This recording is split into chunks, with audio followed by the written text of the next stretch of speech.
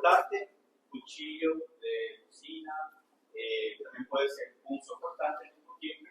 Y también tenemos aquellas heridas producidas por objetos que no tienen filo, que son de superficie roma, pueden ser ocasionadas por un golpe de la cabeza contra una piedra o por agresiones físicas con objetos contundentes como objetos de madera o una barra de hierro, que pueden llegar a producir lesiones sobre la superficie de la piel. En este caso pueden ocasionar, ¿qué es una herida? Una solución de continuidad.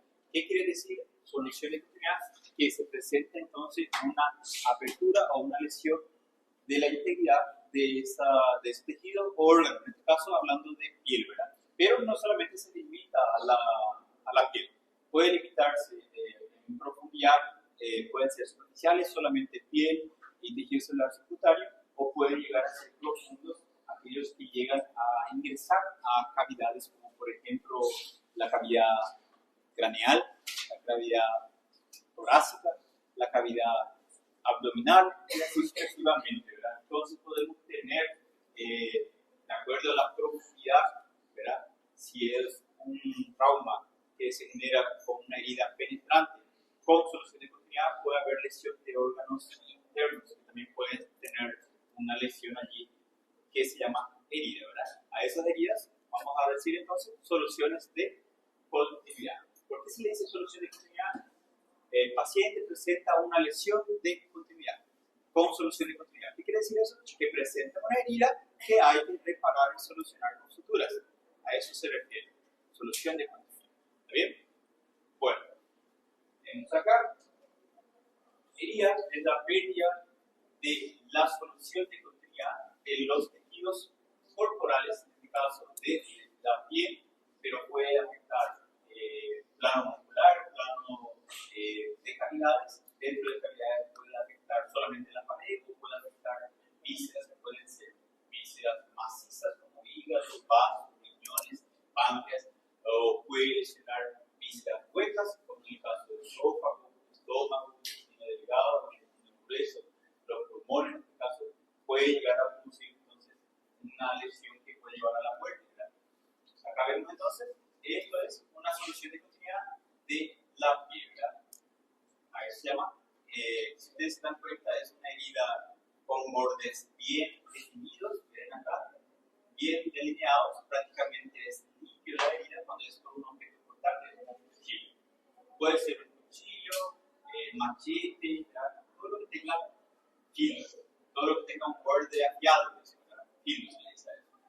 Bueno, generalmente ocasionado por agentes externos, ya sea por un trauma o, en el caso, ya por agresión física, por violencia, agresiones con arma blanca, agresiones por proyectil de arma de fuego, o de forma accidental, accidentes de tránsito, de moto, de vehículos, ¿verdad? O caídas de grande altura donde cae sobre objetos punzantes, se puede llegar a producir este tipo de lesión. ¿Ok? Bueno, vamos a clasificar esas heridas de diferentes formas. Por ejemplo, según el mecanismo de producción, si fue por un objeto contundente, si fue por un objeto cortante, si fue contuso cortante, si fue hecho por un objeto punzante o un objeto punzo cortante. Entonces hay varias formas de que se puedan ocasionar una lesión de continuidad sobre lo que serían las estructuras del cuerpo del paciente, ¿verdad? Que van a depender de mecanismos de producción. De acuerdo al grado de contaminación, va a depender del tiempo, un factor muy importante, el tiempo, si hay o no contaminación de la herida con tierra o cuerpo extraño, vidrios, puede llegar a tener materia fecal, incluso de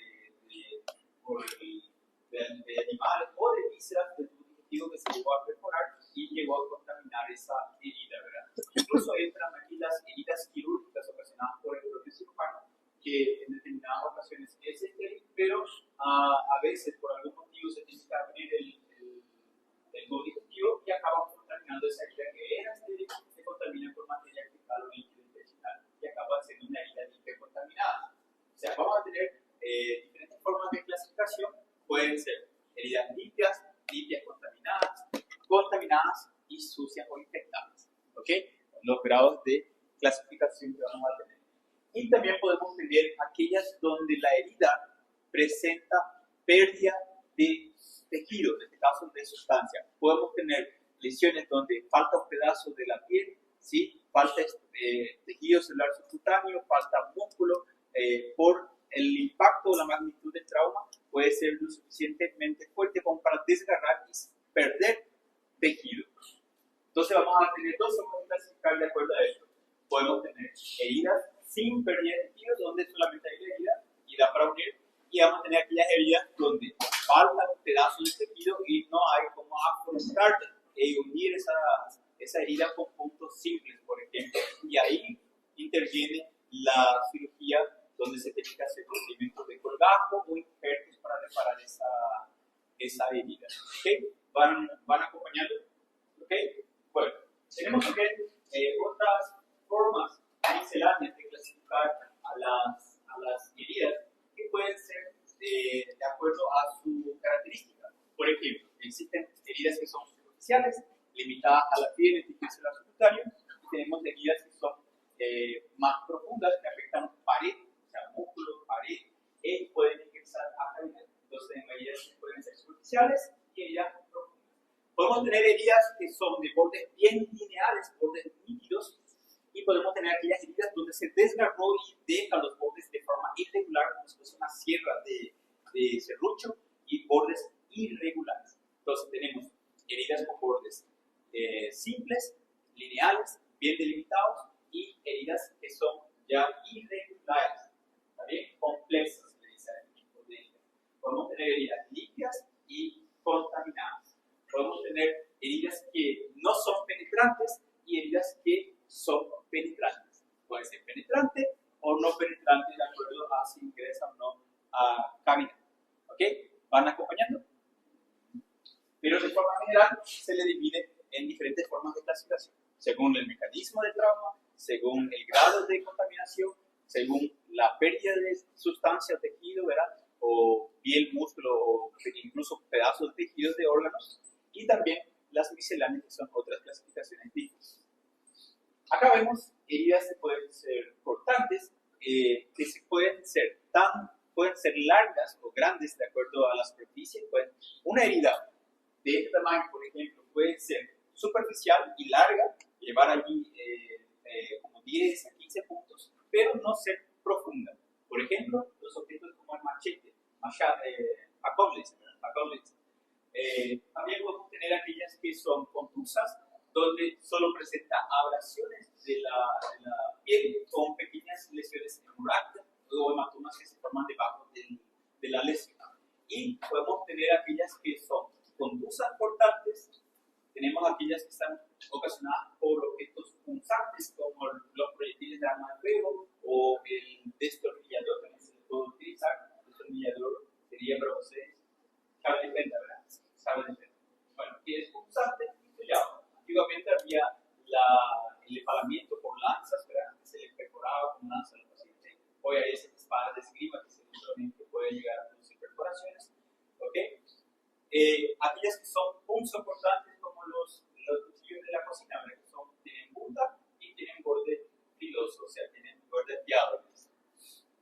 Acá, por ejemplo, vemos una herida punzante que parece pequeño, ¿verdad? En la superficie, pero que en profundidad puede ser más grande de lo que esperamos. A veces una pequeña herida puede ser fatal dependiendo de la orientación del trayecto y si lesionó o afectó a algún órgano importante, como por ejemplo un vaso de grueso calibre, como la carótida, como la arteria aorta, o incluso cuando llega a penetrarse el corazón, puede perforar vísceras macizas como hígado, vaso o vísceras huecas, como el intestino, ocasionando allí infección, hemorragias masivas que pueden llevar al shock, tanto hipovolémico por la hemorragia, hipovolémico, o puede llevar a la contaminación que puede producir infecciones y encadenar un shock séptico por las infecciones, ¿verdad?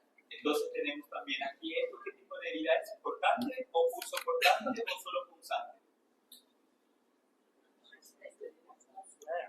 Punzocortante, ¿verdad? Parecen pequeños, ¿verdad? Pero se tiene que evaluar la profundidad. En este caso, hay que mirar el trayecto porque puede haber lesión de varios órganos, por ejemplo, pulmón, puede llegar si es del lado izquierdo del corazón, dependiendo de la orientación del trayecto. En el caso de las heridas que son punzantes, principalmente ya conocidas sobre nuestro tórax o abdomen, se tiene que mirar generalmente si tiene un orificio generalmente de entrada, por eso hay que interrogar al paciente si la agresión o el disparo fue de frente con el agresor, con la víctima, o la víctima estaba corriendo, dando la espalda al agresor y el disparo fue por atrás.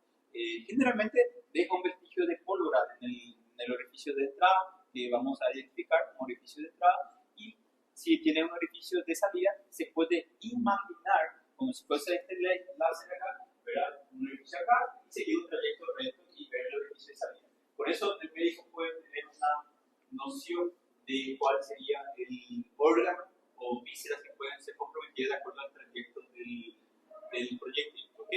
Van acompañando.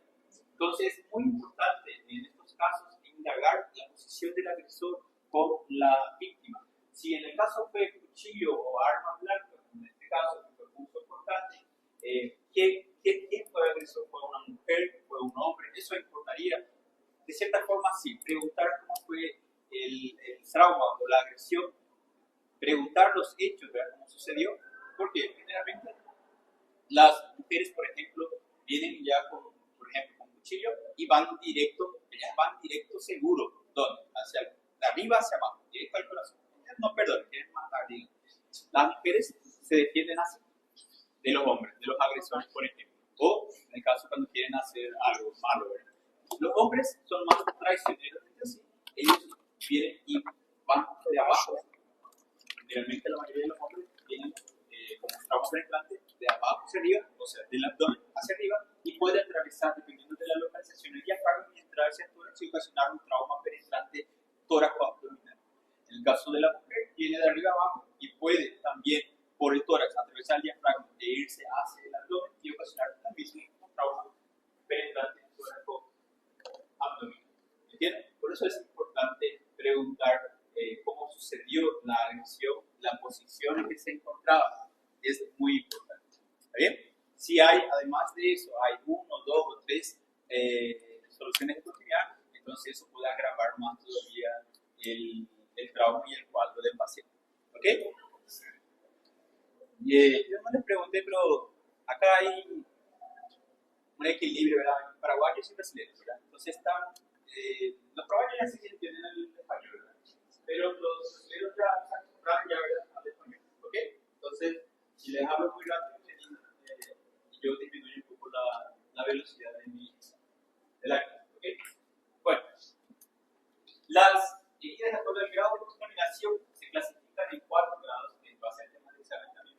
Les voy a preguntar, tipo 1 se le considera heridas limpias. Tipo 2, limpias que son hechas por procedimientos quirúrgicos, en una área de estéril, que se llama el quirófano, hecho por un especialista que sería el cirujano, ¿verdad? O el que va a operar, y con todas las técnicas de asepsia y antisepsia hechas de acuerdo al protocolo, con una vestimenta estéril, todo el proceso de esa herida, no hay ni un riesgo de contaminación. ¿Ok? Son las tipo 1. Las tipo 2 también pueden ser hechas en quirófano, también por cirujano, también se hace la técnica de asepsia, pero por algún motivo, durante el procedimiento el médico tuvo que, vamos a tener que cortar parte del intestino. Y al hacer eso, por más que no hubo fugas de materia fecal o fugas de líquido intestinal, ya se considera una herida limpia contaminada porque hay un cierto riesgo de que ese líquido contamine los bordes de la herida y la herida tenga un riesgo de infección. Así como también puede ser de la vía respiratoria, del sistema respiratorio o incluso de nuestro sistema renal o genitourinario, en este caso relacionado al riñón, los uretes, la membrana renal, la vejiga. ¿Ok? Bueno, después tenemos aquellas heridas que son ya contaminadas. Desde el inicio ya sabemos que, o porque presentan signos de inflamación durante la incisión quirúrgica, o son aquellas heridas que ya tienen más de 4 horas de evolución, que tienen su cuerpo extraño, pero en este caso están contaminadas, o aquellas donde empezaron como limpias, pero hubo mucha contaminación por materia fecal, el médico no hizo hizo bien el protocolo para evitar la contaminación o mínima contaminación, entonces acabaron teniendo una herida ya contaminada. Luego tenemos las heridas que ya están infectadas y sucias, que pueden incluso suturar, o sea, ya tener pus durante la incisión de, por ejemplo, abscesos, furúnculos, quistes infectados que nosotros cortamos, pero ya está inflamado, ya está con pus, ya está con secreción, o heridas que ya tienen más de 6 horas de evolución traumática, sucia, con materia fecal, cuerpo extraño, o aquellas donde al abrir el abdomen, por ejemplo, en los casos de una perforación del apéndice, una peritonitis, nosotros abrimos una incisión en la pared, era limpia, pero al abrir sabemos que todo ese pus va a entrar en contacto con los bordes de la herida, y si hay además de eso materia fecal, ya se considera automáticamente un grado 4 sucio. ¿Ok? Van a recordar, porque yo les voy a dar ejemplos, quiero que ustedes memoricen. Los que al menos van a hacer cirugía o van a actuar como cirujanos tienen que saber eso como protocolo, porque esta clasificación, de acuerdo al grado de contaminación, se creó con un objetivo: que el médico sepa cuál sería el riesgo de infección de esa herida. Si, por ejemplo, una hernia es una debilidad de la pared abdominal, en este caso ocasionado por el aumento de la presión dentro del abdomen, ¿se opera? ¿Ingresamos dentro del abdomen? No, simplemente no entramos dentro del abdomen. ¿Voy a cortar alguna víscera? No, porque no tiene nada que ver con cavidad, solamente pare. Entonces, si no toco vísceras y si hago toda la técnica de asepsia en un quirófano, en un área estéril, con las vestimentas correctas, esa herida es limpia. Es limpia. ¿Está bien? A eso. Yo sé que si no tuvo contaminación, ese paciente se puede ir solo con un antiinflamatorio en su casa. Porque voy a agregar una dosis por vía endovenosa, por vía parenteral de un antibiótico como la cefazolina, ya es suficiente. Después el paciente no necesita estar tomando antibióticos en su casa. Puede seguir con AINES. Ahora, una herida limpia contaminada, grado 2, ya hay riesgo, aumenta más todavía el riesgo de infección, a un 10, a un 15%. Entonces, el paciente tiene que tener antibióticos. ¿Entienden la diferencia? Va cambiando y el riesgo va a aumentar el porcentaje de infección de acuerdo a los grados. Es un grado que se creó para que se pueda explicar también al paciente: doctor, ¿por qué mi herida? Porque muchos pacientes se pueden infectar su herida y algunos pueden decir que es culpa del cirujano, pero a veces es propio de la patología en sí del paciente y que no tuvo cómo evitarse y se está tratando, ¿verdad? Entonces, eso hay que explicar al paciente. No sé si ustedes escucharon hace una semana, ya pasó 2 semanas, hubo una denuncia, incluso hubo demanda judicial de un paciente de 17 años que vino su mamá, se operó de apendicitis, le mandaron a su casa, se fue de alta, salió todo bien, pero ¿qué pasó? La mamá le hizo la curación al muchacho en su casa, la mamá le hizo, la mamá no es ni una enfermera ni es nada relacionado a lo que sería la área de la salud. Se contaminó la herida, se infectó la herida por la mala técnica en el procedimiento de la limpieza de la herida, la curación. Vino con fiebre su hijo, con mucho dolor y una tumoración sobrelevada sobre la herida donde estaba la cirugía de su McBurney, de su apendicectomía. Bueno, drenamos mucho pus. Se internó ese paciente y se quedó internado. Y la mamá quiere culpar al cirujano que lo operó, que le mandaron de alta, cómo le van a mandar hacia su casa, que se infectó, que no le hicieron bien la curación. Después que el médico está ahí ocupado, ella quiere que se le dé prioridad a su hijo, ¿verdad?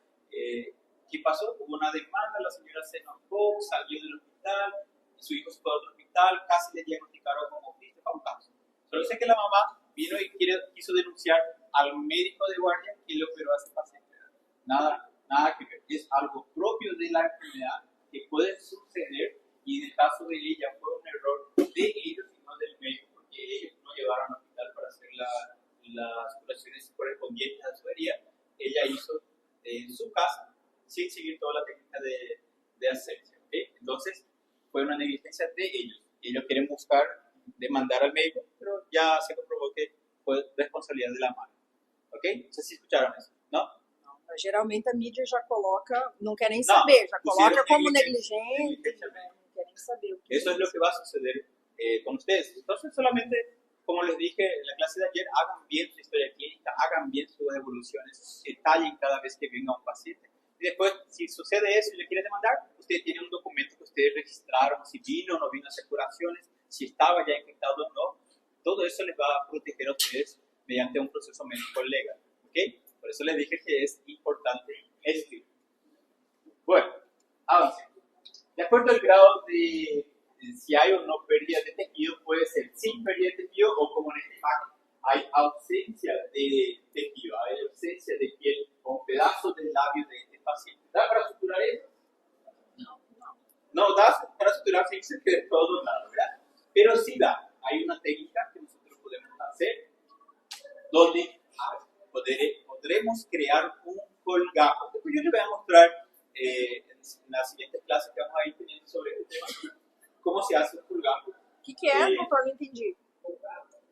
Cuando tenemos ausencia de tejido, no da para unir esto sin crear técnicas quirúrgicas de reparación. Una de ellas, la que más se utiliza, es el colgajo. Y si no da el colgajo, tenemos los injertos de piel.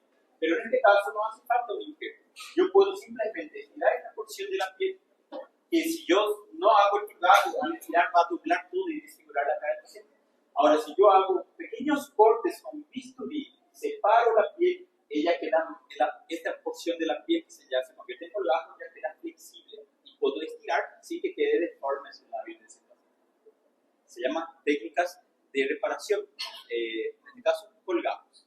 Es diferente del injerto, porque el injerto, por ejemplo, yo puedo quitar un pedazo de piel acá y poner acá. Saco de una parte del cuerpo y lo llevo a otra parte del cuerpo, distante. Ahora aquí, colgajo es cuando se trae un pedazo de piel próximo a la lesión, solamente se estira, sin sacar toda la piel del... Porque si no, es lo mismo que sacar la piel y hacer un colgajo. Solamente vamos a separar la piel del tejido celular subcutáneo, hacer pequeños cortes para que quede más flexible. Eso se llama colgajo. Les voy a mostrar más aquí algunas imágenes que van a acompañar. ¿Ya les pasaste la clase a todos? É que eu não trouxe notebook. Daí ninguém trouxe notebook? Bueno, no importa. Depois eu passo. Después tenemos las clasificaciones pixelares. Pueden ser de forma accidental, las lesiones pueden ser. O, en este caso, quirúrgicas, hechas por un médico durante un procedimiento quirúrgico. Pueden ser superficiales, aquellas que se limitan a piel, tejido celular subcutáneo. O pueden ser profundas cuando ingresan a cavidad con lesión de órganos internos. Podemos tener aquellas abrasivas, que son aquellas producidas por lesiones contundentes, ¿sí? ¿Qué sería abrasivo? Serían esas esfoliaciones que se presentan, por ejemplo, al caer sobre el asfalto de rodilla y queda ese ralado, es como una abrasión, ¿ok? Después tenemos en escal, cuando se separa, es parecido al colgajo, pero se separa la piel del tejido celular subcutáneo del plano muscular o del plano óseo. Eso es en el escal. Puede ser con bordes bien nítidos, lineales o bordes irregulares, como estábamos comentando. Parece que no encaja, parece un quebracabezas que tenemos que buscar dónde va a encajar. Podemos tener aquellas que son sencillas, que son aquellas de bordes nítidos, o aquellas que son complexas, que son aquellas de bordes irregulares. Podemos tener aquellas heridas o soluciones que son mutilantes y no mutilantes, en el caso que haya amputaciones de extremidades, como los dedos, falanges. Pueden ser penetrantes, en el caso que haya una penetración hacia dentro de la cavidad, o no penetrantes cuando solamente se limitan a la pared. Por ejemplo, pared abdominal, pero no ingresa a abdomen. Pared torácica, pero no ingresa dentro del lo que sería el tórax. Producidas por arma de fuego, en el caso proyectiles de arma de fuego, o producidas por arma blanca, cualquier objeto que tenga un borde filoso, un borde cortante. Acá tenemos una abrasión y acá tenemos una herida en espalda.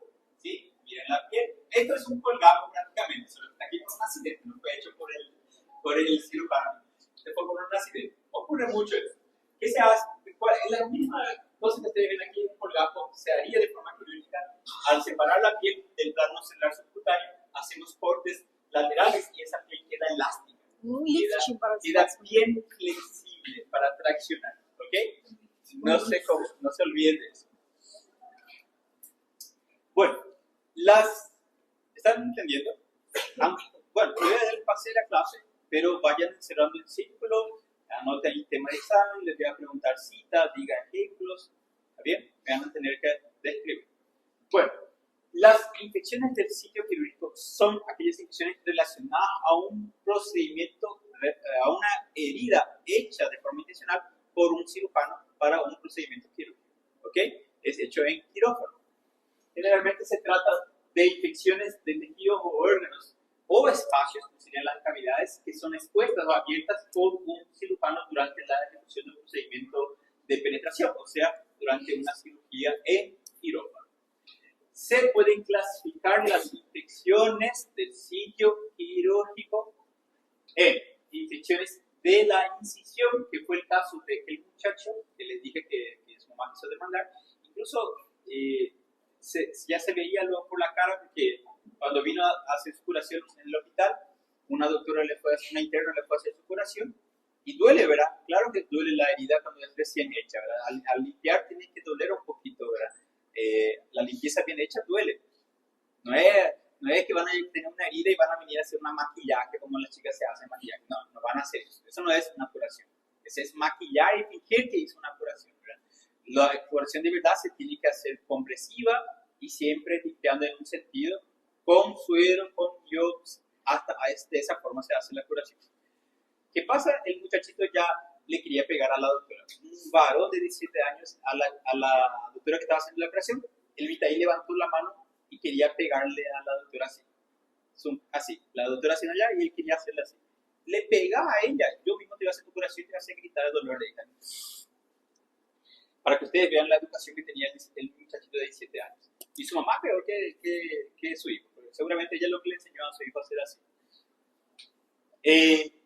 Puede ser de órganos y de espacios. Podemos tener infecciones allí de las vísceras en sí por un trauma. Podemos tener infecciones a nivel del hígado por una herida hepática, una infección del vaso, una infección de parénquima pulmonar ocasionada por la incisión. Que se pueden infectar. Y las cavidades también se pueden infectar. Cavidad cerebral, cavidad intestínica, cavidad peritoneal. Se pueden infectar, que ahí se llaman colecciones por que almacenan los órganos y demás. Bueno, tenemos entonces que las infecciones de la incisión quirúrgica del cirujano pueden ser superficiales, que están limitadas a la piel y el tejido celular subcutáneo, y pueden ser profundas cuando ya afectan la musculatura y fascias de la parte, ¿okay? De la fascia de la musculatura de esa región. ¿Okay? Bueno, vamos a tener entonces, de acuerdo al grado de contaminación, las heridas pueden ser limpias, tipo 1, grado 1, aquellas realizadas en un medio controlado, quirófano, ¿verdad?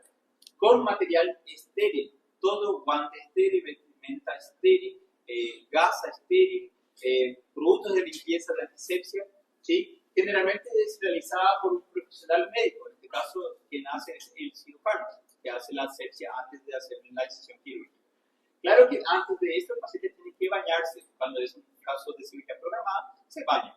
Si es un paciente que es un cuadro agudo, pero es estable y no hay una emergencia, se puede bañar también antes de operarse, ¿verdad? Pero los que son de extrema urgencia, los de emergencia, como una toracotomía por un taponamiento cardíaco o una lesión cardíaca, donde yo tengo que meter la mano, abrir tórax, meter la mano y hacer un masaje cardíaco, eso sí no va a dar tiempo de bañar al paciente, ¿verdad? Entonces, se llaman a este tipo de procedimientos heridas limpias. Por ejemplo, cirugías de hernias, cirugías de quistes de linfoma, por ejemplo, también consideran heridas limpias. Ahora, existe una subclasificación de las heridas del grado 1 que los clasifican en tipo 1D. 1D. No existe un tipo 1A, 1B, 1C, tipo 1D directamente. ¿Y en qué consiste? Es una herida limpia, en este caso, pero que por algún motivo se tuvo que dejar una prótesis. En este caso puede ser fracturas, por ejemplo, fractura del húmero, fractura cerrada, no hay infección, nada. Entonces el traumatólogo va allá, hace un corte, abre, conecta los huesos y lo coloca prótesis para fijar el hueso, ¿ok? Eso es un procedimiento donde se deja un pino o una placa de metal. Entonces, podemos hacer cirugías como las hernias, que donde también se puede colocar una malla de polipropileno que es sintética, se deja ya para reforzar la pared de una hernia. ¿Está bien? Entonces, a este tipo de procedimientos se le llama heridas tipo 1D, donde son limpias con material prostésico. En este caso, puede ser ya sea por pino, marcapasos también se puede ser allí fístulas también, angioplastias también, stem. Hay varias prótesis que se pueden poner adentro de nuestro cuerpo. Hay aquellas prótesis que dilatan el esófago, hay prótesis que dilatan los vasos sanguíneos, hay varios procedimientos. Y las mallas, que son las más frecuentes, las mallas que se usan. Entonces, hernias con utilización de prótesis se llaman hernioplastias. Hernioplastias. Las de segundo grado, o tipo 2, heridas son limpias, pero por algún motivo hubo un grado de contaminación. En este caso también se realiza en quirófano, también se hace toda la técnica de asepsia y antisepsia. Sin embargo, durante el procedimiento quirúrgico se tuvo que realizar por algún motivo la apertura de algún segmento del tracto, ya sea del aparato respiratorio, de nuestro tubo digestivo, de nuestro sistema urinario, incluso de las vías biliares. ¿Está bien? Por ejemplo, la cirugía de vesícula, una colecistectomía. La herida la incisión de la colecistectomía se llama incisión de Kocher. ¿Ustedes no saben los nombres de las incisiones todavía? No. Bueno, entonces hoy, si da tiempo, les voy a mostrar todas las incisiones para que vayan memorizando ya los cortes. ¿Y para qué sirve esos cortes? ¿Ok? Bueno, entonces tenemos la incisión de una colecistectomía al abrir el abdomen. Vamos a la vesícula. Cuando vamos a quitar la vesícula, tenemos que cortar el conducto cístico y sacar la vesícula, ¿verdad? Si se hace correctamente todas las técnicas de protocolo para la colecistectomía, no hay contaminación. Pero por algún motivo se perforó la vesícula, o a veces la vesícula está tan extendida y el cirujano no tiene mucho espacio porque la vesícula está extendida, que a veces incluso yo punzo con una jeringa para espaciar la vesícula para que ella disminuya el tamaño y yo tenga mayor espacio para hacer mi cirugía. Al hacer eso, ya lo convertí en una herida limpia contaminada. ¿Está bien? Apendicectomías donde hice una incisión de McCurney. La incisión es estéril, pero al hacer la apendicectomía, por más que no hubo fugas de materia fecal, el apéndice al estar inflamado o estar infectado puede contaminar la herida. Entonces es una herida limpia contaminada. Cirugías vaginales y la colecistectomía que recién les comenté. Son ejemplos que ustedes me van a citar, ¿ok? Para la parcial de ustedes. Las heridas contaminadas, también en este caso, herida que no se realiza dentro de un medio controlado ni con material estéril genérico generalmente. En este caso, la grado 3 pueden ser aquellas heridas producidas por un accidente de tránsito, pero que llegaron a un intervalo de menos de 4 a 6 horas. Todavía da para lavar, todavía da para suturar. Da para suturar todavía. ¿Ok? Puede estar allí un poco inflamado, pero no va a tener supuración. Y por algún motivo no se realiza toda la técnica de asepsia porque es un cuadro urgente de emergencia. Por ejemplo, un paciente con una lesión del corazón que tiene un paro, tiene que hacer un masaje cardíaco, una toracotomía y tengo que meterle la mano y hacer un masaje a cielo abierto. Yo no tengo mucho tiempo de hacer toda la asepsia de forma tranquila, que el paciente ya está en paro. Entonces tengo que hacer los cortes lo más rápido posible. A veces entra el guante y el paciente, el médico, si no tiene todo su chaleco, puede entrar su mano y parte de su antebrazo allí y contaminar esa apertura o esa cavidad. ¿Está bien? Se contamina. ¿Por qué? Porque no se sigue toda la técnica de asepsia.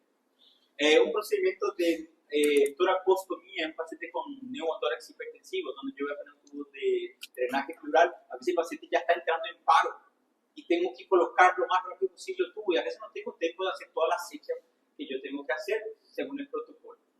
Lo ideal sería llevarle a quirófano y a veces no dan ni tiempo de llevar a quirófano porque el paciente va a morir en el trayecto. Entonces se hace ahí en la sala de urgencias. Muchas veces hacemos así. ¿Ok? Dice, incluyen aquellas lesiones accidentales abiertas que se encuentran después de una lesión, heridas en las que se introduce una extensa cantidad de bacterias en una área del cuerpo que en condiciones normales era estéril, como por ejemplo masaje cardíaco a cielo abierto, ¿sí? Fuga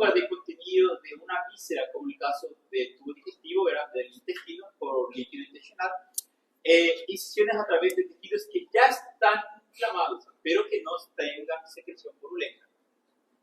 Por ejemplo, hacer una paracentesis, una función para drenar ascitis, que se hace en los pacientes que tienen hipertensión portal, por ejemplo. Muchas de las veces se hace y esa función que se hizo antes puede inflamarse, el paciente puede venir después para su segunda función con esa región de la pared inflamada. Entonces, ustedes van a pulsar y hay riesgo de que ustedes introduzcan bacterias adentro del abdomen donde hay la ascitis que podría estar estéril. Y todo ese líquido que era cítrico estéril puede servir como un caldo de cultivo para que esas bacterias que ustedes introducieron empiecen a proliferar y ocasionar allí supuración y ocasionar una peritonitis bacteriana en un paciente cítrico. Puede suceder. Entonces, va a haber situaciones en que el médico no tiene opción y tiene que hacer ese tipo de procedimiento, igual si la pared o el sitio de la función que va a cortar está inflamado. ¿Okay? Entonces, hay situaciones que tenemos que hacer este tipo de decisiones. Después tenemos las sucias o infectadas, las de grado 4. En este caso, la herida presenta una inflamación intensa con exudado purulento. Pueden ser heridas ocasionadas por un trauma, accidentales, de forma accidental, donde ya pasó más de 4 horas. Acá ustedes van a corregir, dice más de 6 horas. O con presencia de material fecal o tejido descalzado, pedazos de piel que ya están muertos, que ya no tienen sensibilidad y que ya no tienen ligación sanguínea, esos tejidos isquémicos muertos, o que dentro de la herida ustedes encontraron pedazos de vidrio, pasto o ramas o tierra incluso dentro de la herida. A eso ya se llaman heridas sucias. ¿Está bien? Pueden ser supuradas, infectadas. Heridas quirúrgicas expuestas a pus o a líquido proveniente de una víscera hueca, generalmente colon. Cirugías colónicas pueden ser sucias e infectadas. Cirugías del colon. ¿Está bien? ¿Se acuerdan de la hernia? Si yo tengo una cirugía programada de una hernia, esa hernia es una herida limpia. Pero tenía una víscera, un intestino. No se perforó la víscera, introducí la víscera de nuevo, ¿sigue siendo tipo 1? No, sí, sigue siendo. Si no está perforada y no está inflamada, sigue siendo tipo 1. Pero vamos a suponer, se necrosó y tuviste que hacer resección intestinal, cortaste el intestino y volviste a conectar, y esa herida ya automáticamente pasó a ser una herida contaminada. En este caso, limpia, contaminada. Ya se considera ya más grave. Y si ese colon pasa de ser limpia contaminada a ser ya infectada, en este caso sucia, porque materia fecal ya es sucia, ya automáticamente pasa a ser, no es lo mismo líquido intestinal del intestino delgado que materia fecal del intestino grueso. Es diferente, ustedes saben de eso. Bueno, ahora lo saben. Si no sabían, ahora lo saben. Y acá, ¿para qué sirve esto? Para saber el grado de infección. Las heridas tipo 1 tienen menos del 2% de riesgo de infección, entonces prácticamente no se emplea antibióticos de forma, se hace solo una dosis de forma profiláctica y ya acabó. No hay necesidad de hacer una continuación de antibióticos. Las heridas limpias contaminadas tienen ya casi el 10% de riesgo de infección, entonces a eso se le puede dar ya antibióticos a horario para que complete una dosis por una semana. La herida tipo 3, tipo 4 tienen 20 a 40% de riesgo de infección, o sea, es muy alta la probabilidad de infección a pesar de haber agregado antibióticos. Entonces son pacientes que van a recibir antibióticos por vía parenteral, o sea, van a estar internados para recibir la dosis adecuada de antibiótico terapia endovenosa, se la llama eso. No es lo mismo que antibiótico por vía oral. Ahí es menos la potencia y es menor el efecto. Bueno, entonces, ¿qué vamos a hacer con esas heridas? Vamos primero a hacer una limpieza de la... Ustedes saben hacer curaciones. Hay varias... ustedes van a ver de todos los hospitales, los que ya se van al hospital, van a ver internos haciendo, residentes haciendo. Eso no significa que ellos estén haciendo bien y que ustedes tengan que seguir lo mismo que hace este interno, este médico, ¿verdad? O incluso el enfermero. Toda herida, yo les digo eso porque este domingo mi interno vino una chica, se accidentó de moto, ¿verdad? Y tuvo un corte en el rostro, acá. con pérdida de tejido, faltaba un pedazo de tejido. Y mi interno ya me mira, doctor, tiene una herida cortante, ¿sabe suturar? Le dije, y me dijo, sí, sé, doctor. Bueno, suturar entonces, le digo yo a él, ¿verdad? Y, doctor, pero yo no sé, falta, ¿y es que voy a hacer, verdad? Bueno, hace toda la asepsia, la antisepsia y me llaman para hacer la sutura, le dije, le voy a ayudar. Y bueno, de repente empiezo a escuchar a la chica gritando fuerte. Y yo estaba un poco lejos por el pasillo y se escuchaba y yo me fui a mirar qué pasaba, era porque algo está pasando. Dije, me fui y estaba lavando ya la herida con yodo jabón. Y lavando con suero y desplegando. Y la chica gritando de dolor, ¿verdad? Y yo le dije al interno que lave primero, después hagan la anestesia para aliviar el dolor, para que no sienta, y después lavar la herida de forma correcta por dentro, ¿verdad? Pero él ya automáticamente le metió el lavado ya dentro de la herida. Lo que tenía que hacer, tenía suciedad la chica, se cayó sobre el empedrado, suciedad tenía tierra y eso, estaba marrón la herida. Entonces yo le digo, lavar alrededor de la herida, bien, lavar alrededor de la herida, y en la herida solamente echa suero, y la suciedad va a salir por arrastre. La suciedad no quiere decir que va a limpiar bien, solamente va a limpiar. Lo correcto es limpiar alrededor de la herida. En este caso, voy a mostrarle esta imagen, por ejemplo.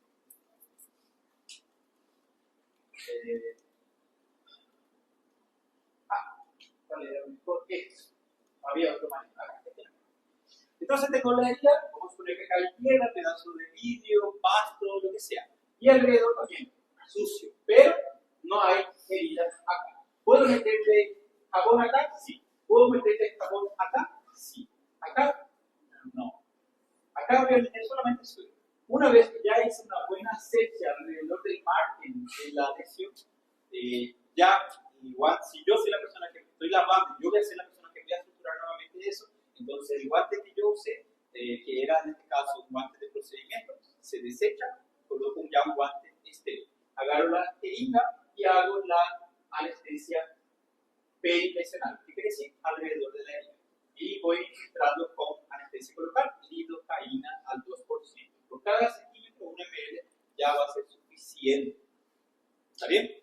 Entonces, una vez hecho eso, se bloquea la sensibilidad, ya no va a sentir dolor acá, puedo tocar con mi dedo y no va a sentir dolor. Y ahí, en este caso, agarro el yodo con jabón, meto acá adentro, primero que todo, reviso si no hay cuerpos, gente, podemos encontrar vidrio y a ustedes pasar la mano ya se pueden cortar, entonces palpen antes de hacer cualquier procedimiento de lavado. Vean si no tiene algún objeto punzante, porque puede haber, ya vi pacientes que trabajan en ferretería donde entró esos hielitos pequeños que perforaron, incluso llegaron a penetrar el hueso y teníamos que sacar con pinzas. ¿Sí?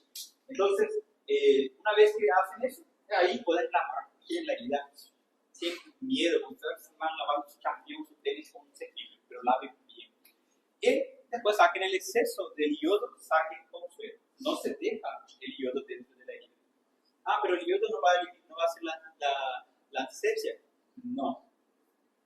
Es para evitar la infección, para eliminar las bacterias o los microorganismos que se encuentran ahí. Pero dentro de la herida, si se puso, se tiene que sacar porque el yodo cambia el pH de la lesión de la herida y eso genera un retardo en la cicatrización.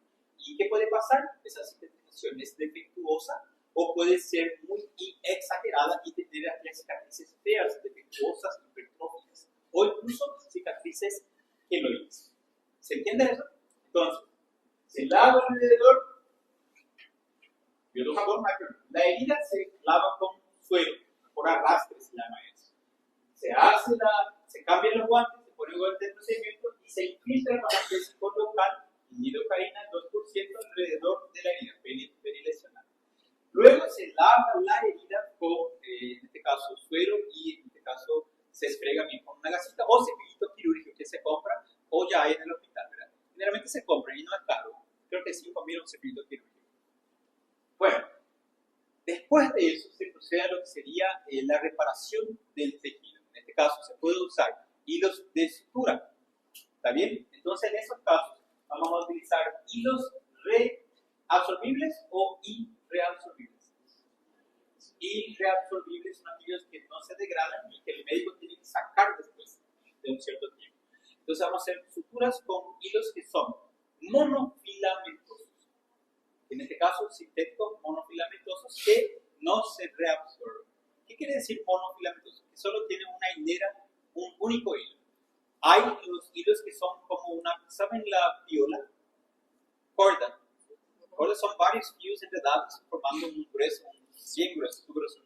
Entonces hay hilos que son polifilamentosos, varios hilitos formando un hilo más gruesito.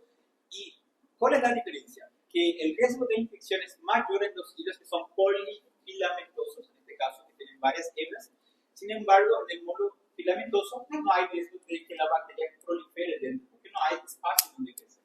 ¿Se entiende eso? Bueno, entonces ahora vamos a desbridar tejido que ya está muerto. Está la piel ahí ya, ustedes ven que ya no tiene coloración, está de otro color, es muerto. Si ustedes tocan y no duele más ese pedazo de piel, está muerto. Entonces, incisiones, saquen ese pedazo de piel. O el borde de la herida es irregular, como si fuesen los dientes de un tiburón o dientes de una sierra, de un serrucho, irregulares. Y ustedes no van a saber cómo unir los bordes, ¿verdad? No van a saber. Entonces, ¿qué podemos hacer? Podemos hacer incisiones para moldear los bordes de la herida. Si la herida era así, voy a dibujar acá.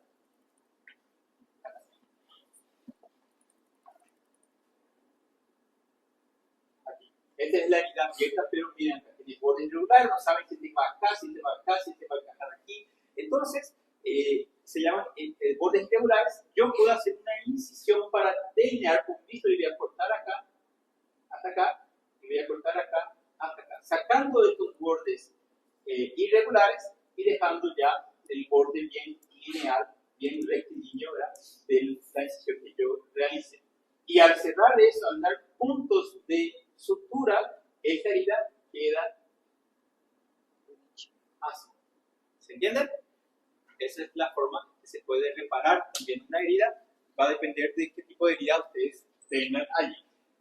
Profilaxis antitetánica, se le tiene que dar una dosis. Claro, se pregunta al paciente si tiene sus vacunas al día, cuándo fue la última vez que se aplicó su vacuna antitetánica, pero generalmente la mayoría no sabe, o la persona ya es de 50 años y no se acuerda más cuándo se vacunó, si fue a sus 15 o sus 10 años. Entonces tiene que volverse a vacunar. ¿Está bien? Porque el tétano todavía sigue matando personas, pero entonces es una enfermedad grave producida por un microorganismo que puede producir espasmos, parálisis y la muerte de ese paciente. Producen un cuadro séptico. Entonces hay que tratar con vacuna antitétánica una dosis intramuscular suficiente. Medidas generales, en este caso, agregar analgésicos como AINES, antiinflamatorios no esteroideos, y algunos antibióticos, como por ejemplo, en este caso, una cefalexina, que ya es suficiente, o en caso de ellas muy sucias o infectadas, ya pasar para un antibiótico un poco más potente, como por ejemplo el amoxicilbactam, el amoxiclavulan. ¿Okay?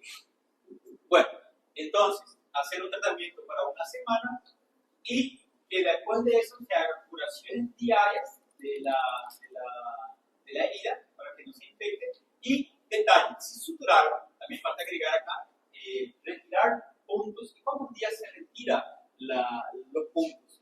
7 a 10 días. Generalmente 10 días para adelante. 7, si vos vas a sacar los bordes de la herida, se te van a abrir. Entonces ya vi, doctor, dice, en el libro dice 7, 10, ya son 10 días. Saca, y yo les digo, incluso va a depender de lo que ustedes ven. Yo veo algunas heridas y le digo a mi alumno me dice, doctor, ya tiene 10 días, no deja más. ¿Pero por qué? Si ya podemos sacar, no. En el libro dice que se puede sacar hasta los 10 días, pero también dice que se puede prolongar más tiempo, dependiendo de la infección de la herida. Entonces, hay heridas que tienen tensión y que al liberar el punto se abren. Entonces, ahí va a quedar abierto ya esa herida. Entonces, mejor dejar más unos días, y eso ya va a depender de la experiencia de ustedes al mirar una herida. Van a darse cuenta, no, este todavía está inflamado. O a veces tienen 10 puntos y sueltan un punto intermedio y ven si no se abre, pueden soltar otro punto, ven si no se abre. Si ustedes ven que se va a abrir, dejen los otros puntos y esperen que más 2 o 3 días hasta sacar. ¿Ok? Yo suelo hacer mucho eso con algunos pacientes que yo suelo operar. La cicatrización de la herida puede ocurrir de diferentes formas, de acuerdo a la lesión que el paciente presenta. Podemos tener una cicatrización, una repartir la cicatrización. ¿Cuál es la finalidad? El proceso de la cicatrización tiene como finalidad restaurar la integridad física y funcional de un tejido o un órgano, ya sea una víscera para que pueda volver a tener su tránsito intestinal, ya sea la piel para que vuelva para que no sangre y para que también no tenga una brecha para la entrada del microorganismo, o sobre un órgano como el riñón, ¿verdad? Que tiene la función de filtración, ¿verdad? Entonces, reparar ese órgano, la lesión del riñón, por ejemplo, vamos a suponer que tuvo un trauma renal, y volver a que ese órgano tenga un buen funcionamiento. ¿Está bien? Entonces, eso es la cicatrización. Pero puede ocurrir de diferentes formas. Puede cicatrizar por primera intención. ¿Qué quiere decir? Donde la cicatrización va a ocurrir favorecida por puntos quirúrgicos relacionados o realizados por un profesional médico. O sea, donde ustedes van a agarrar los bordes de esta herida, por ejemplo, van a unir estos bordes con puntos de sutura. A eso se llama cicatrización por primera intención. O sea, ustedes afrontan los bordes para acelerar el proceso de cicatrización. ¿Okay? Después tenemos las heridas que cicatrizan por segunda intención. Por algún motivo van a tener situaciones. Vamos a suponer que ya tuve una vez un borracho que vino creo que era un domingo de día conmigo, con una herida cortante, grande era la herida cortante. Y le pregunto, ¿cuándo te cortaste? Y ayer, me dijo. ¿Y por qué no viniste ayer? No era. ¿Por qué no viniste ayer? Sucio estaba, sucio. Parece que él cortó por un vidrio en un río, así, córregos de canaletas por ahí. Y pisó por ahí y tenía tierra, y sucio estaba, tierra. Le digo, ¿por qué no viniste ayer? Le digo, ¿verdad? Y no sé, me fui a dormir. Un rato estaba, entonces se durmió así, con su herida cortante. Y eso ocurrió por allá de las 10 de la noche y vino al día siguiente a las 8, a las 9 de la mañana. Entonces, ¿dónde vamos a cerrar eso? No, ya no se sutura, porque por más que laven bien y vuelvan a unir, se puede, claro, nada es imposible, pero la infección, el riesgo de infección es muy elevado. Lo que sí pueden hacer es lavar bien, ¿verdad? Reavivar los bordes, hacer que tenga de nuevo un pequeño sangrado para que haga una buena hemostasia, ¿verdad? Luego, afrontar, no totalmente cerrado, sino que dejar zonas abiertas o puntos más separados para dejar brechas, porque se va a infectar y va a suturar por ahí y va a salir por ahí, ¿ok? No va a formar abscesos. Entonces, las heridas muy grandes, heridas de pelo, por ejemplo, la herida de un animal, sea ratón, sea gato, sea perro, ¿verdad? Especialmente cuando son de la calle o de cualquier otro animal, así como por ejemplo allá en África, eso del cocodrilo, por ejemplo, los animales que son mordidos por un cocodrilo, si sobreviven o escapan del cocodrilo, mueren después de algunos días por la infección ocasionada por esa herida, que es sucia la boca de los animales. Y no se debe de cerrar totalmente la mordida de un perro. Vamos a poner que es desgarrante y está abierto y está expuesto el músculo. Claro que pueden cubrir de nuevo con la piel del paciente, dar unos puntos para fixar en su lugar, pero siempre dejar brechas o drenajes porque se va a infectar. ¿Está bien? Ya hubo casos de que, pero pobrecito, tenía un corte en su cara, se hizo una cirugía estética, hizo una cirugía intradérmica, peor todavía, se habló totalmente en hizo intradérmica. Quedó lindo en ese día. Después de un tiempo, viene el paciente con un absceso enorme, tuvimos que cortar, liberar esa presión y quedó más grande su lesión.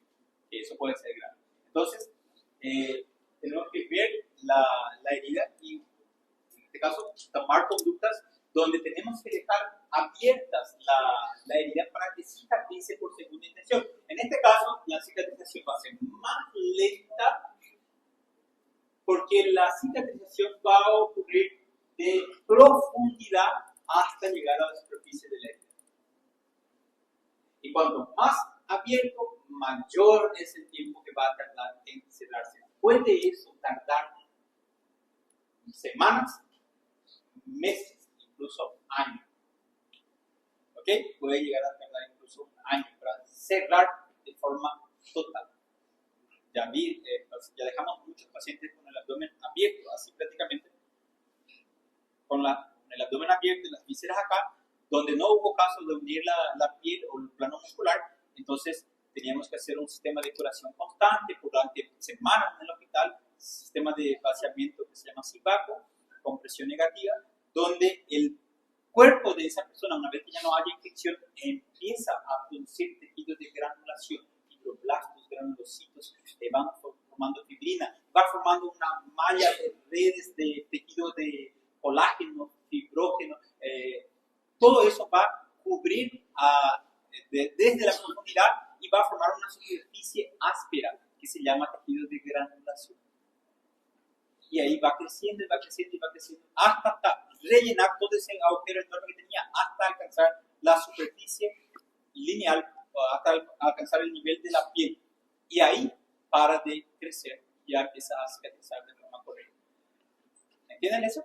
Yo ya vi pacientes que tardaron meses, 6 meses, incluso uno que pasó de 1 año porque era enorme y tuvo que volver a entrar en las cirugías, se infectó nuevamente y pasó mucho tiempo en el hospital.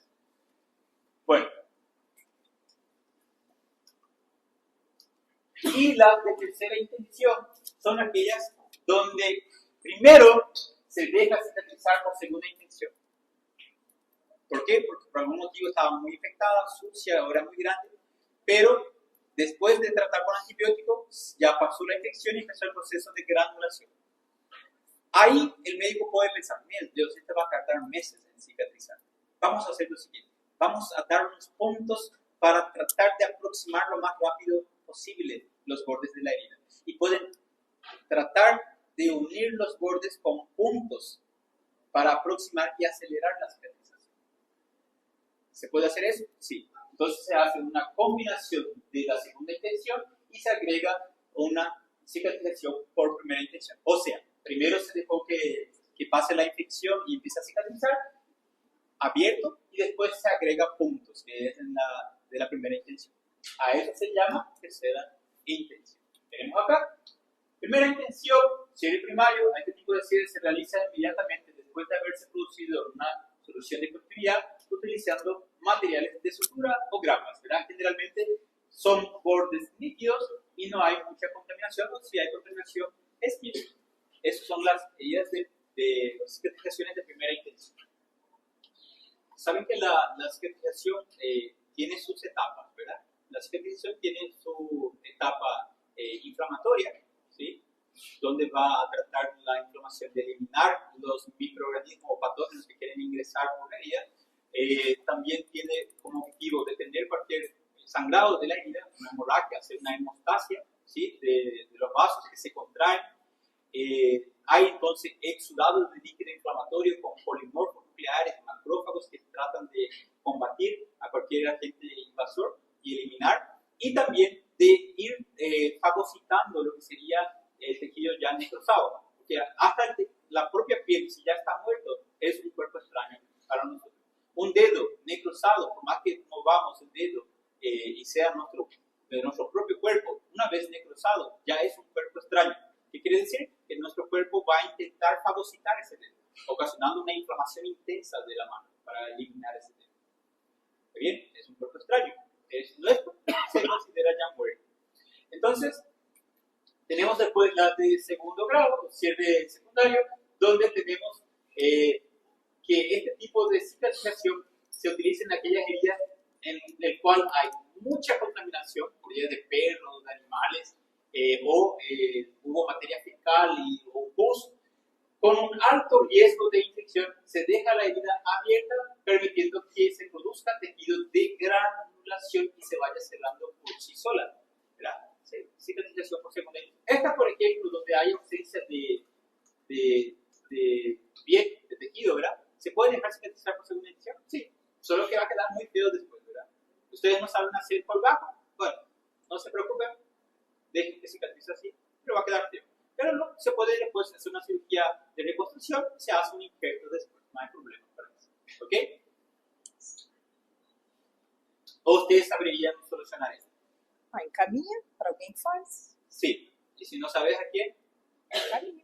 ¿Privados? ¿Y se vos sos a médica de Guarani? E não sabe fazer? Ah, eu prefiro encaminhar do que fazer besteira no paciente. Vas a encaminar. Vas a encaminar para un cirujano. Eu encaminharia. Vas a mandar a otro hospital de ambulancia. Depende dos recursos. Ahí se van a reír de ustedes. Van a decir, sin ofender, sin que se ofendan, qué incompetentes son porque no saben hacer una simple sutura. Van a decir. Así que, infelizmente, colegas son los que más mal hablan unos de los otros. Entonces, ustedes hacen una cagada, si ustedes no saben solucionar, lo digo yo porque yo ya pasé de todo cuando ya estaba en mi DSD. Hace 3 semanas operé a un señor que vino con una hernia inguinal, donde su intestino se estranguló en su hernia. Mi colega dejó ese paciente, vino el paciente a la tarde, con otro doctor, yo entro de noche. Y mi colega dice, no, ya era muy tarde, perdió tiempo con el laboratorio, por eso no operamos, no quería operar. Y después llegué yo y milagrosamente consigo todos los materiales para la cirugía, ¿verdad? Bueno, le palpo, gritando el paciente de dolor, la hernia era irreductible, no, es para operar. Vamos al quirófano, abrimos, intestino necrosado. Detalle, mi aparato de anestesia general era lo correcto. Anestesia general, cuando el intestino necrosa, la cirugía se prolonga. O sea, hay que hacer anestesia general, que puede tardar 6 a 8 horas o 10. La anestesia general, perfecto. Es como estar intubado en terapia. Pero anestesia raquídea era lo que había en mi hospital. Entonces yo me arriesgo, entro con anestesia raquídea pensando que podía ser solamente una hernia, el intestino puede ser que no necrose, tenga que solamente necrosis. Ok, puede tardar 1 a 2 horas. Abro, necroso. Ahí le miro a mi intestino, mira, voy a tardar. Y empiezo a operar. Okay. Opero lo más rápido posible. Saco el intestino, corto, saco un intestino de nuevo. Meto dentro del abdomen el intestino que ya suturé. Y al cerrar la pared, hago un pequeño corte de la pared y se lesiona la arteria epigástrica inferior, rama de la arteria ilíaca. Entonces, ok, mantengo la calma, pinzo la arteria con una hemostática, se hace una hemostasia, se hace un nudo hemostático con nudos quirúrgicos con la mano. Pinzo con la hemostática, sangra, sigue sangrando. Pinzo con otra hemostática, para. Doy un punto con un nudo, vuelve a sangrar. Vuelvo a pinzar con hemostática, sangra más abajo de donde yo pincé. Vuelvo a pinzar con otra hemostática y sangra más profundo de nuevo. Ahí yo ya me pasé 15, 20 minutos ya, fuera las 2 horas de cirugía que yo tuve para unir el intestino. Y mi anestesiólogo allá, Elías, y después ya vas a terminar, y ya está pasando el tiempo. Si no vas a solucionar, el paciente va a empezar a sentir dolor. Y mi anestesiólogo ahí presionándole psicológicamente. Y yo allá pinzando. Pinzo más abajo, más sangrado. ¿Qué viene después? Más profundo. La ilíaca. ¿Qué pasa si yo corto la ilíaca externa? Amputación, ¿verdad? Amputación. Y entonces me voy asustando porque cada vez que yo pinzo más abajo de donde pincé sangra. Y no paraba. Entonces doy punto, aprieto, despinzo, sangra. Pinzo, doy punto, despinzo, sangrado. Ya me desesperé, ya quedé más así nervioso. Y le digo a mi anestesiólogo, mira, yo necesito prolongar la cirugía. Elías, ¿vas a solucionar? Yo consigo solucionar, pero necesito prolongar la cirugía porque voy a abrir más para ver de dónde viene ese sangrado. Y él me dice, no, Elías, no, te vas a complicar. Después si se llega la ilíaca, después donde hay cirujanos vasculares, vamos a amputar, y si se muere el paciente. Y yo le dije, tranquilo, doctor, le digo al anestesiólogo, tranquilo. No, Elías, no, ¿ves? Yo le miro así, no me vayas a decir eso, le digo, vamos a operar acá, le digo, no, Elías, no, yo no quiero vencer, no puede ser. Bueno, eran las 11 de la noche de un domingo noche. Llamo a mis colegas del hospital Bernal. Hola, Doc, ¿cómo estás? ¿Todo bien? Elías, soy. ¿Sabes qué? Estaba operando una hernia y todo normal, había intestino allá, necrosó y perfecto, pero ¿sabes que hay algo sangrando y no para de sangrar? Y yo estoy acá comprimiendo, yo estaba comprimiendo. ¿Saben quién eran mis ayudantes? No había otros cirujanos, eran mis estudiantes y era su primer día de instrumentación conmigo.